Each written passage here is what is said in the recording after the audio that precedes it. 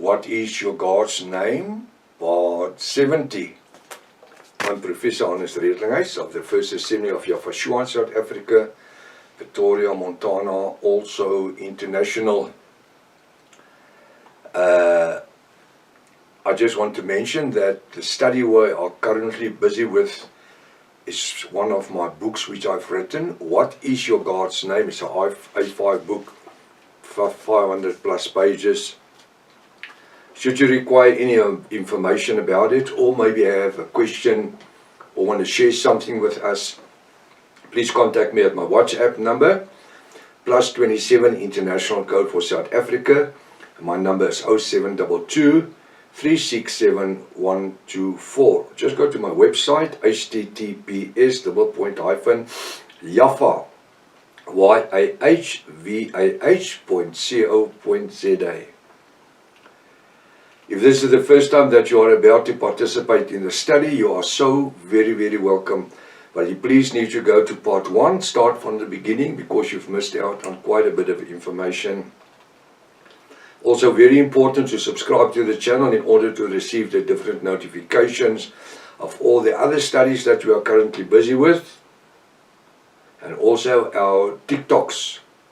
Send this link to your friends and family. Make sure these have a 1611 King James Bible, pen and a notepad ready. It's very important to know that we do not associate ourselves with the following people. Any Protestant churches, Messianic people, Hebrew Roots people, Sacred Name people, Jehovah's Witness, Seventh-day Adventists, Protestants, Catholics. We are not a church denomination or organization.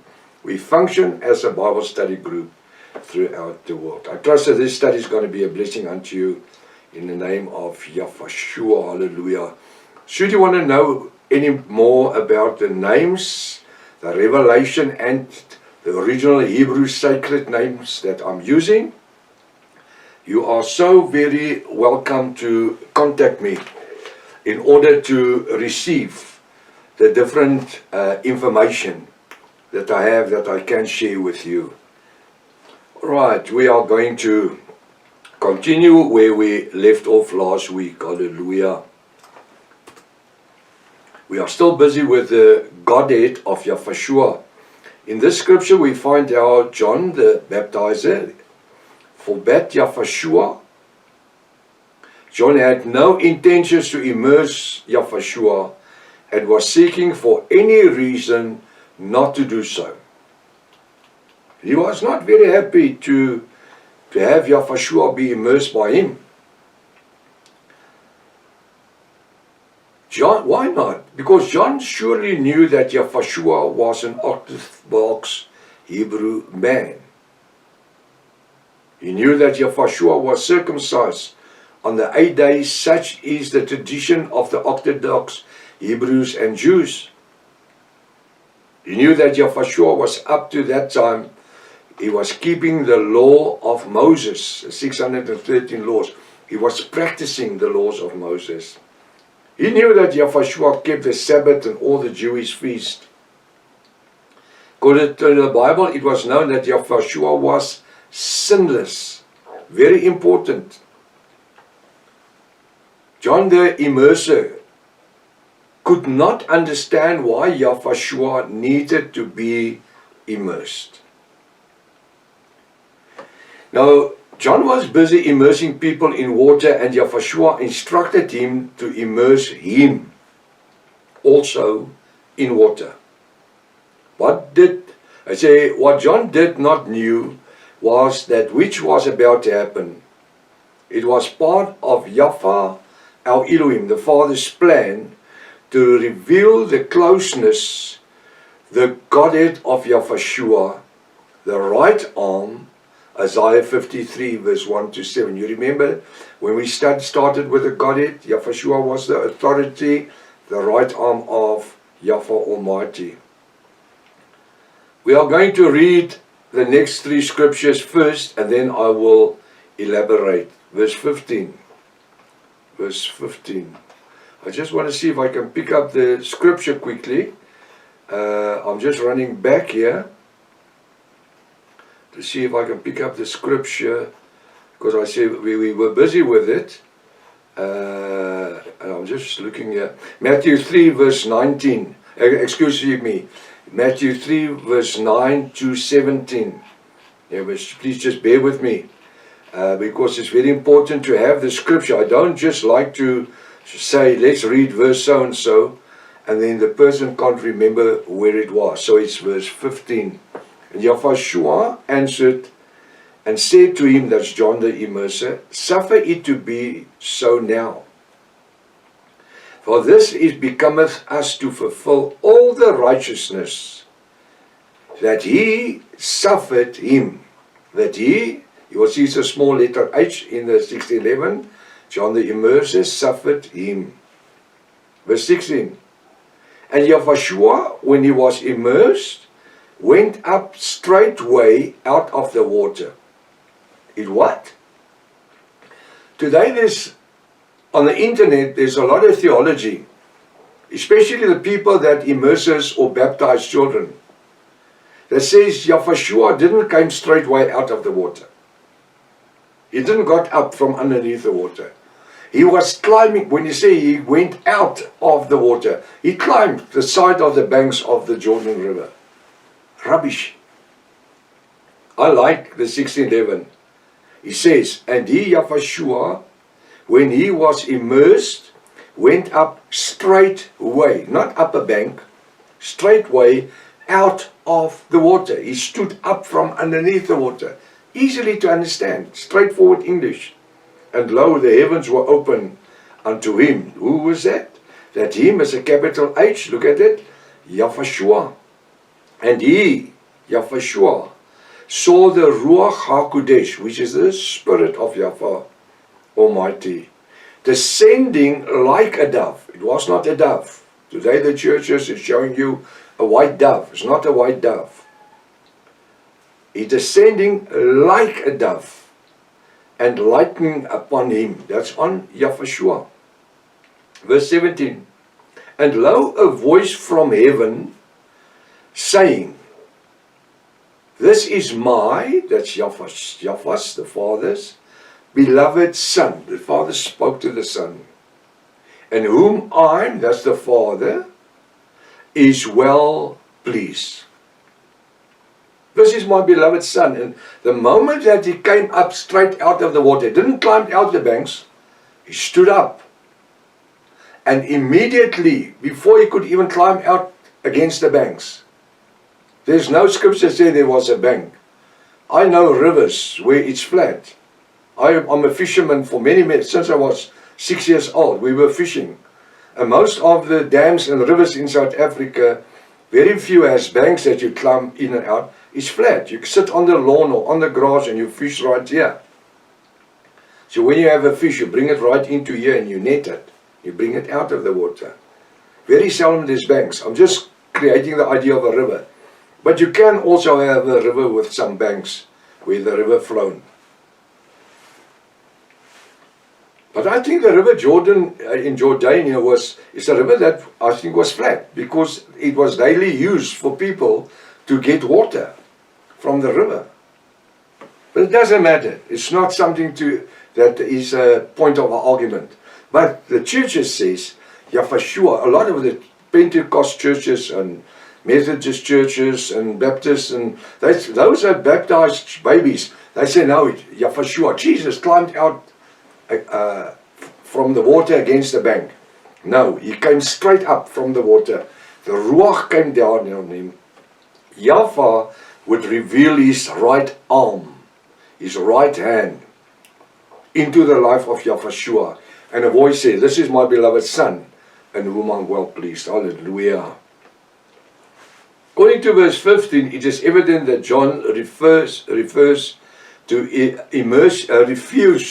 to immerse Yahushua. But he convinced Yahushua, convinced John to immerse him in the river for the scripture to be fulfilled. Not because he had sin. Yahushua had no sin. The Bible says he was sinless. He became sin by dying on a wooden cross, a Roman curse cross. What happened in verse 16 is very important to take note of. A, John must have immersed Yahshua fully underneath the water. He didn't take a bit of water, put it on his forehead, or take a cup and put it. He says, John must have immersed Yahshua fully under the water, because verse 16 says, and Yahshua, when he was totally immersed, went up straightway out of the water. Straightforward English without any dogma or theology to it. B. Now according to verse 16, the heavens were open unto Yahshua, and he saw the Ruach HaKodesh, the Holy Spirit, descending like a dove. The Bible does not say it was a dove. Never. The Bible states like a dove, and lightning on him, that is Yahshua. Hallelujah. C. We need to take note that it was not a white dove, as many Protestant churches and Catholic churches claims it to be, but the Bible states it was like a dove. Very important to remember this. According to verse 70, immediately after the Ruach HaKodesh came down on Yahshua, Yahweh, his Elohim, spoke from heaven, saying, this is my beloved Son, this Yahshua, who I am well pleased. The Father, very much pleased. Do you realize what we have just studied? This is the catalyst to understand the Godhead of Yahshua. Why? Because for the first 30 years of the life of Yahshua, Yahweh, his Elohim, never addressed him as his son. Yes, when the Son was glorified in heaven, in Hebrews 1 verse 1 to verse 12, 14, there Yahweh says, O God, thy God, O Elohim, thy Elohim. He addressed Yahshua as Elohim. But never in his earthly life, the first 30 years of his earthly life, did Father Yahweh address Yahshua as his son. Before he was immersed by John the Immerser, wherever the Bible referred to Yahshua, it was referred to him as the Son of Man. How many times have you heard that? That was before he was immersed. From the very moment that the Father in heaven acknowledged Yahshua as his son, Yahshua became the Son of Yahweh, the Creator of heaven and earth, revealed on the earth. He was already known in heaven as the Son, because Yahshua says, I think it's Hebrews 1 verse 6, verse 7, he says, I will be a father unto you, and you will be my son. He was never the son before. There where he was glorified, then the Father says, I will be a father unto you, and you will be called my son. Hallelujah. Before this, never before. Let us just review what has happened. According to the word of Yahweh Elohim, we find that for the first 30 years of the life of Yahshua, that he was just an ordinary Hebrew child, boy, young man, 30 years old. And Father Joseph, it says here, he was a Hebrew man working with his brothers and Father Joseph, his earthly father, every day. Yahshua was also a carpenter. In the whole Bible, there is no evidence that he was ever done one miracle in that first 30 years. Why not? Why haven't Yahshua done one? And his name's been the same. His name was never changed. Since birth, his name was Yahshua. Because the angel says to Miriam, you must call his name Yahshua. Emmanuel, if it's translated, Yahweh our Elohim with us. Hallelujah.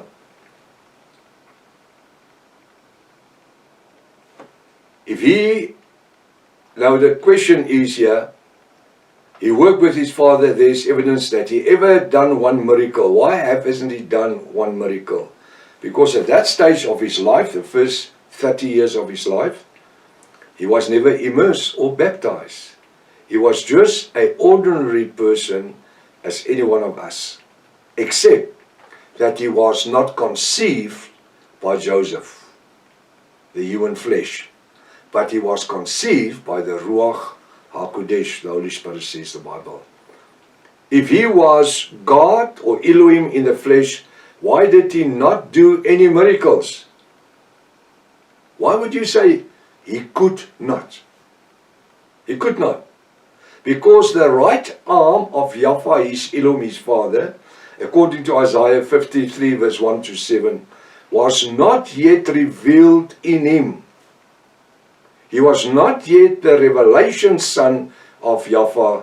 He was only the son of man. Very easily to understand. You don't need a PhD to understand that. The moment that Yahshua raised from the water, after being immersed by John, the heavens opened and the Ruach HaKodesh came down on Yahshua like a dove. Immediately Yahweh, his Elohim, acknowledged Yahshua as the son of Yahweh. This is my beloved son, in whom I am pleased.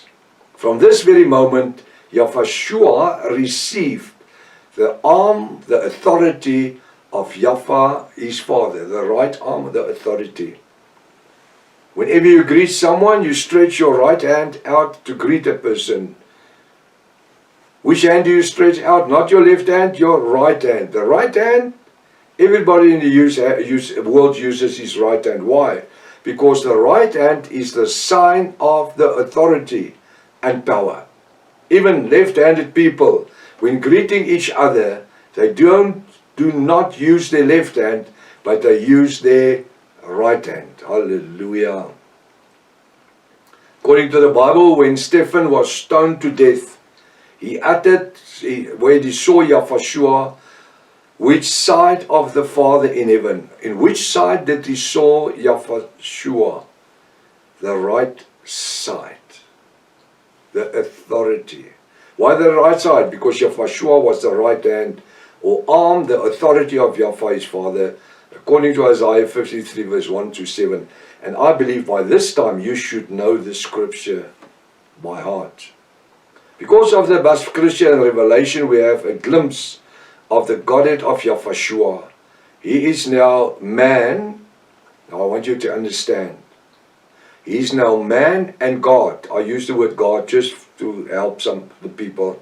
He's Elohim. He's man and Elohim, in brackets God, at the very same time. So he's flesh and he is Yahweh revealed in his flesh. But only the right hand of Yahweh. Remember what I said? There's a scripture that says that the fullness of the Godhead dwells bodily in Yahshua. No. Only the right hand, because the human body couldn't absorb more than just the right hand. It would just integrate or explode. Let me explain. He's a man who needs to eat, sleep. He could get cold or hot at the very same time. But he was also Elohim. Yahweh revealed in the flesh. Because he now can forgive the sins of people, he can heal the sick, he can feed the multitude, he can raise Lazarus from the dead. He's fully man and fully Elohim. Hallelujah. Do we understand that? When I say he's fully man and fully Elohim, which is in brackets God. And God only means object of worship. I'm just using it in a bracket. He's fully Elohim. God as in the 1611 King James. Alright. I know that this is a lot of information to digest and to absorb. But we are coming with it for a long time since I started with the water and explaining everything. This is why we are going to first leave this subject. And later we will in the study return to this very subject. To explain the next part of the Godhead of Yahshua. With the revelation of the above information, we will now go deep into the study of the name of Yahshua. Now it's going to be much easier to understand why his name is Yahweh. In this chapter, we will study scriptures and we will be obliged to go through them, these scriptures, over and over again. Why?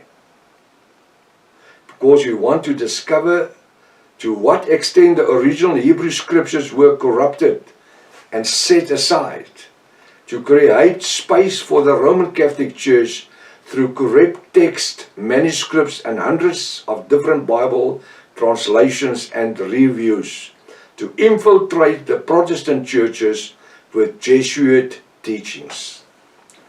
I'm going to read this paragraph again.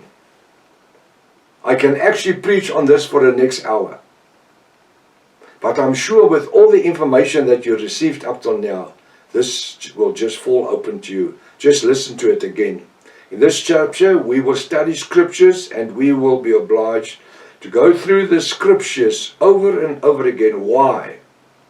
Because we want to discover to what extent the original Hebrew scriptures, the Torah, were corrupted and set aside to create space for the Roman Catholic Church through corrupt text, manuscripts, and hundreds of different Bible translations to infiltrate the Protestant churches with Jesuit teachings.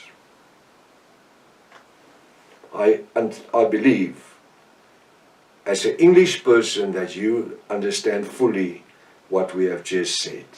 Now that we know that the right hand of Yahweh Elohim was revealed in our Redeemer Yahushua, we shall understand why he inherited the name of his father as well.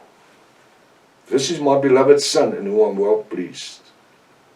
He's not just the Son, he inherited the name above all other names. Hallelujah. Let us read John 5:43. John 5:43. He says in verse 43, I, that's Yahushua, came in my Father's name. What was his Father's name? Father. No, Father is the title. He came in his Father's name. What is his Father's name? Jehovah. Well, then, if Yahushua came in his Father's name, then he must be Yahushua Jehovah something. Oh, no. His Father's name, according to the teachings of the Protestants and the Catholics, is Yahweh. But then Yahushua, or the name Jesus as they called him, must have something of Yahweh in it. It hasn't. I, Yahushua, am come in my Father's name, that's Yahweh. And yet does Israel receive me not? If another shall come in his own name, him will you receive. You know what? They said, the scripture says that a prophet in his own country is not well accepted. But that same prophet will go to another country and they will carry him on their hands. They will eat up everything that he says. And that's why I say, when I started this series, I said, don't misjudge me because I'm from South Africa and Afrikaans speaking. My first language, native language, is Afrikaans, which 99% of your English peoples overseas doesn't even know how to speak it. My second language is English, and then we have one or two black languages that we can speak. So at the end of the day, don't judge a book by its cover or because of a certain area where you come from. When I see that in the scripture, when Yahushua was calling his apostles, or first his disciples, he went and called the fishermen. Why did he call the fishermen and the carpenters, the artisans, the tradespeople? Why? Because a fisherman is somebody with patience. I'm a fisherman. I'm fishing from I was 6 years old. The last 20 years I don't have time. But I love it. A fisherman will sit and fish today and he won't even get a bite. And tomorrow he will go back to the very same spot, trusting he's going to catch a fish. He wouldn't get a bite, but he will go back the day after, trusting he's going to get a fish. That's faith. For 2 days you've caught nothing, but you're going back. Yeah, but I believe I'm going to catch it. You see there, trust. To have faith. That's why Yahweh used fishermen. Not to be shot down the first time, or the second time, or the third. Going back. Have the patience of a fisherman. Believing that you will catch something. That's why Yahweh said, leave your nets, come after me. I will make you fishers of men. Hallelujah. In the above scripture, Yahweh declares that he came in the name of his Father, Yahweh, his Elohim. In other words, Yahweh was a representative of Yahweh, his Father. Yahweh inherited the very same name as Yahweh, his Father, which is the name Yahweh Shua. Yahweh, like the Father, Yod in Hebrews from right to left. Yod, Aleph, Hey, Vav, Aleph, Hey, Yahweh. And then the Shua, S-H-U-A. Redeemer, Savior, for others, the Hebrew people, the Messiah, still to become. Yahweh Shua. We know as one name, Yahweh Shua. Ni Yahweh, Yahweh. Yod, Aleph, Hey, Vav, Aleph. The Vav is a V, not a W. But a lot of churches change the V to a W to create the name Yahweh, which means chicken god, Eastern god, Hindu god. John 10 verse 14. John 10 verse 14. I, Yahweh, am the good shepherd, and know my sheep. That my must be a capital M. Yahweh speaking. And know my sheep is who? This is my bride. Even in the first 27th century and beyond. And know my voice and name. And I'm known of mine. His sheep knows his voice. His sheep won't follow another person. But he calls them by name and he leads them to greener pastures. As part of the bride of Yahweh in the 21st century, we know his name. Hallelujah. Do you know his name? Or do you know him as Jesus, who was only created, the name Jesus, in the 16th centuries? Or you know him as Isis, who was created between 100 and 127 AY? Or do you know him by his original Hebrew name, sacred Hebrew name? We know him by his name. He says, as part of the bride of Yahweh in this 21st century, we know him by his name, and that will separate the church from the bride of Yahweh. Did you know that? What does the fiancé take when she marries the bridegroom? She takes his name, his surname. That's an old Hebrew tradition where the woman will take the name of the bridegroom.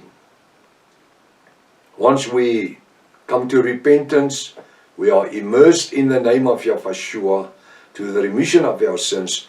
When we get up, we are now engaged. We've taken the name of the bridegroom. We have put on the garments, the wedding garment. Galatians 3 verse 26 to 29. Those that were immersed in the name of Yahweh, there are no more Greek, nor free man, slave, nor Greek, Jew nor Greek, free man nor slave, man nor woman, but we are all one in Yahshua, and according to the promises of Father Abraham, we are heirs of the promise of Yahshua. Why? Because we are dressed for the occasion. Hallelujah. We know His name, and that is what will separate the church from the bride of Yahshua. We are part of the bride. As part of His bride, having His name, and do not worship Him in Roman Catholic and pagan God names. We don't worship Him as Jesus and God and Jehovah and Yahweh. No, we know His name. His sheep knows His voice. And I'm going to end with this tonight. Do you know His voice? And do you know His name? I want you to be curious. What do you call Him? Father? Do you call Him Father? Or do you call Him by His name, Yahshua? The name that's been given above every other name in heaven and earth, by which man must be saved. Now time has caught up with us. We are going to continue next week, if His Father's will. Maranatha. Yahshua is coming back again. Hallelujah.